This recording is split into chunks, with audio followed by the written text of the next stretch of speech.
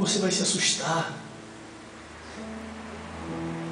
Você vai se assustar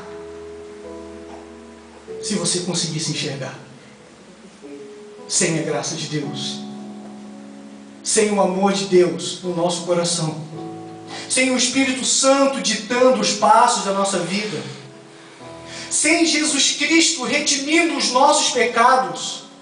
Peça para Ele: Pai, deixa eu me enxergar, Deus. Deixa eu me enxergar sem a Tua graça, deixa eu me enxergar sem o Teu amor, deixa eu me enxergar sem a Tua misericórdia, deixa eu me enxergar sem o Espírito Santo, deixa eu me enxergar realmente quem eu sou, Deus. Não quem Tu queres que eu seja, Deus, mas deixa eu me enxergar quem eu sou, Marcelo.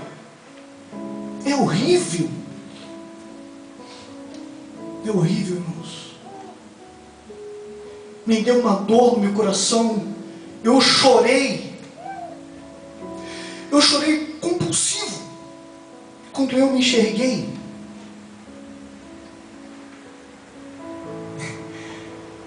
Só que a graça de Deus, através de Jesus Cristo, consegue me manter aqui, consegue me manter em pé, consegue me manter querendo adorar a Deus, consegue me manter querendo estar com Deus, consegue me manter querendo fazer parte do corpo de Deus, consegue me manter querendo fazer parte da família de Jesus. Essa graça de Deus consegue me manter tendo esperança na vida eterna, irmãos, através dela, através dessa maravilhosa graça de Deus, e que às vezes ela é vendida por preços miseráveis, e que às vezes ela é dada como se dá um osso a um cachorro. A graça de Deus já foi dada, irmãos. Nós pedimos a graça, nós corremos atrás da graça, nós imploramos pela graça, e a graça de Deus já está entre nós. Aceitemos a graça de Deus em nome de Jesus. Eu vou estar lendo aqui, irmãos, quem nós éramos. A gente tem pessoas que já nasceram na igreja. Tem pessoas que já vieram de famílias tradicionais do Evangelho. E que às vezes, poxa, falam assim: eu não me incluo nisso, eu não posso me incluir nisso, porque eu não era. Mas peça para Deus te mostrar você, sem a graça dele. Independente se você vem de um berço evangélico, independente se você se converteu ontem, independente se você conheceu Jesus há 10 anos atrás. Eu vou ler, irmãos. Em Romanos 3, não precisa abrir, apenas preste atenção, mas eu vou falar em qual está o capítulo, para depois, se vocês quiserem conferir na Bíblia. Não há um justo nenhum sequer. Não há ninguém que entenda, não há ninguém que busque a Deus. Todos se extraviaram e juntamente se fizeram inúteis. Não há quem faça o bem, não há um só que faça o bem. Cuja boca está cheia de maldição e amargura. Os seus pés são ligeiros para derramar sangue. Em seus caminhos há destruição e miséria. E não conhecem o caminho da paz. Não há temor de Deus diante dos seus olhos. Porque todos pecaram e todos estão destituídos da glória de Deus, sendo justificados gratuitamente pela graça, pela redenção do nosso Senhor Jesus Cristo. Sendo justificados gratuitamente pela graça.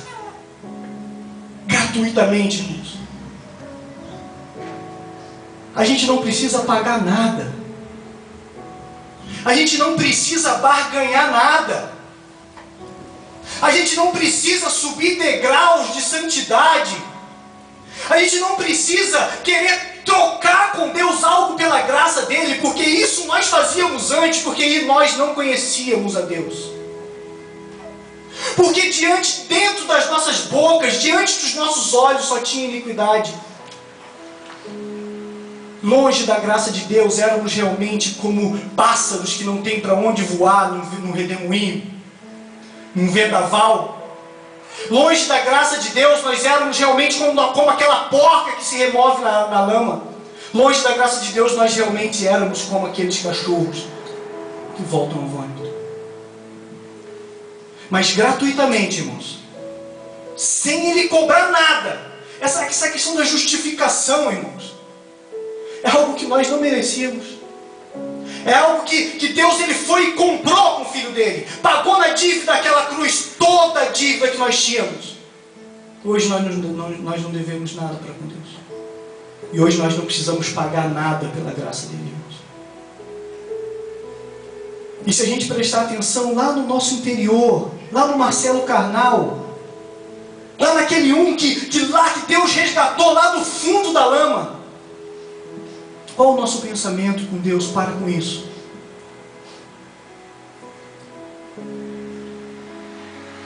A santidade, a salvação, aquilo que nós buscamos em Deus, como nós fazemos isso, irmãos?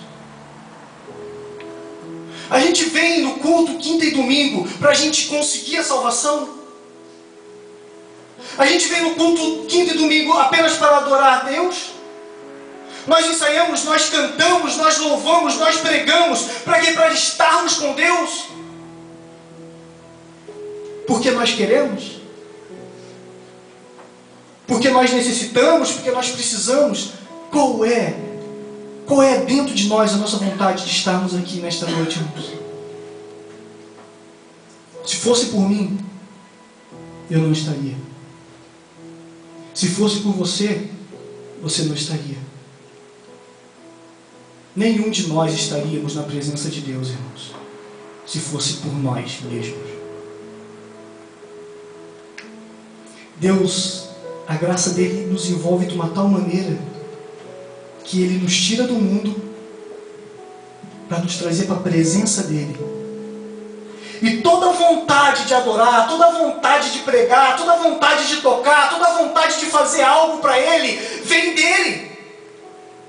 Que graça é essa? Que amor é esse? Que alguém tem que chegar e te botar uma vontade para você fazer algo para ele?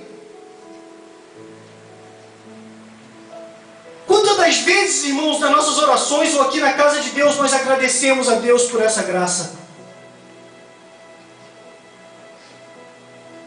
Nós agradecemos pelo alimento que Ele bota na nossa mesa, nós agradecemos pelo nosso emprego, nós agradecemos pelo teto, nós agradecemos pelo louvor, nós agradecemos pela palavra, nós agradecemos pela morte de Cristo, nós agradecemos por tudo, mas e pela graça dEle? Se não fosse por essa graça, irmãos, hoje nós não estaríamos aqui. Ora, ao que trabalha, não se conta a recompensa como salário, mas sim como dívida. É de graça.